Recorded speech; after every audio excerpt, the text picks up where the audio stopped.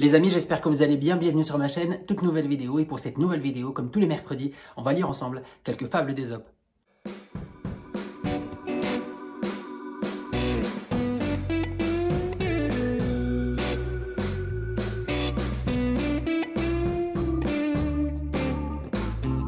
Avant tout, n'hésitez pas à vous abonner à la chaîne si ce n'est pas déjà fait et activer la cloche des notifications pour ne rien louper des prochaines vidéos. C'est toujours sympathique. Et si vous vous demandez encore qui est Ésope, n'hésitez pas à aller voir la vidéo que j'avais faite à son sujet juste ici.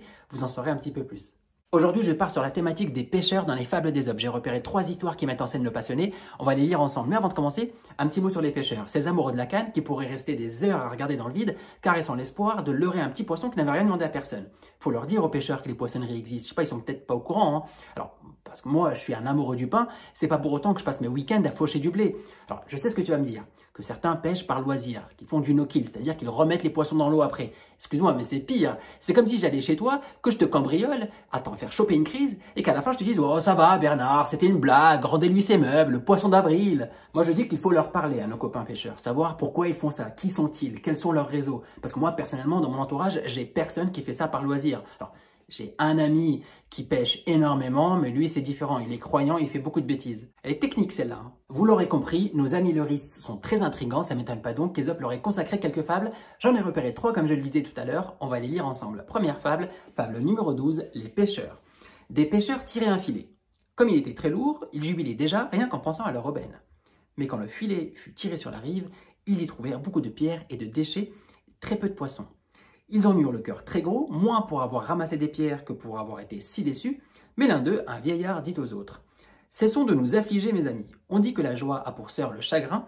Nous avons eu la joie tout au début, il nous fallait bien le chagrin par la suite. » Très optimiste, l'ami là-dedans. Hein. Alors, il me fait penser à un gars qui étudiait avec moi, à qui tu pouvais annoncer n'importe quoi qui te mettait en joie, il te refroidissait direct. « Seb, je t'ai pas dit ce week-end, j'ai sauvé un chaton de la noyade. » Ouais, mais bon, qui te dit qu'il était vraiment heureux?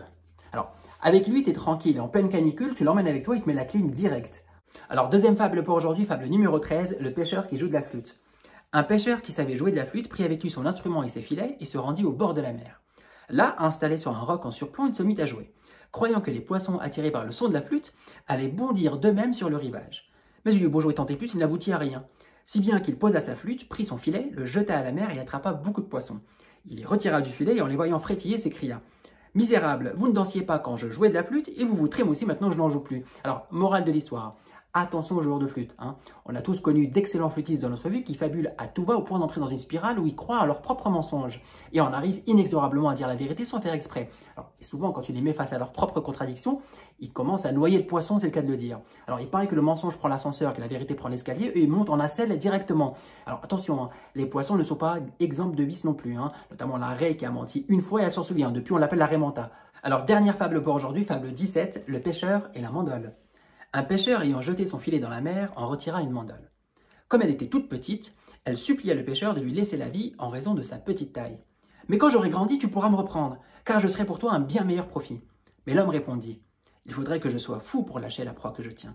Si petite soit-elle, dans l'espoir de quelque autre, même beaucoup plus grande. » Dans cette fable, notre petit poisson il tente quand même une belle disquette. Bon, ça marche pas, mais ça démontre néanmoins que les poissons sont malins. Hein. Malgré l'idée reçue qui voudrait par exemple qu'il n'ait pas de mémoire, c'est faux. Il y a des études qui ont démontré le contraire. Donc si j'étais toi Bernard, je déménagerais vraiment parce que nos petits êtres aquatiques pourraient bien te retrouver. Voilà les amis, j'espère que vous avez kiffé ces petites fables d'Ésope. En tout cas, moi j'ai pris beaucoup de plaisir à vous les raconter. On se retrouve mercredi prochain pour de nouvelles fables. Sinon ce samedi pour mon prochain résumé de livre, on sera de nouveau sur un classique. En attendant, si vous avez aimé cette vidéo, n'hésitez pas à laisser un petit pouce bleu, c'est toujours sympathique, à partager et à me dire en commentaire ce que vous en avez pensé. À la prochaine, ciao. It's not a game, it's a rich thing.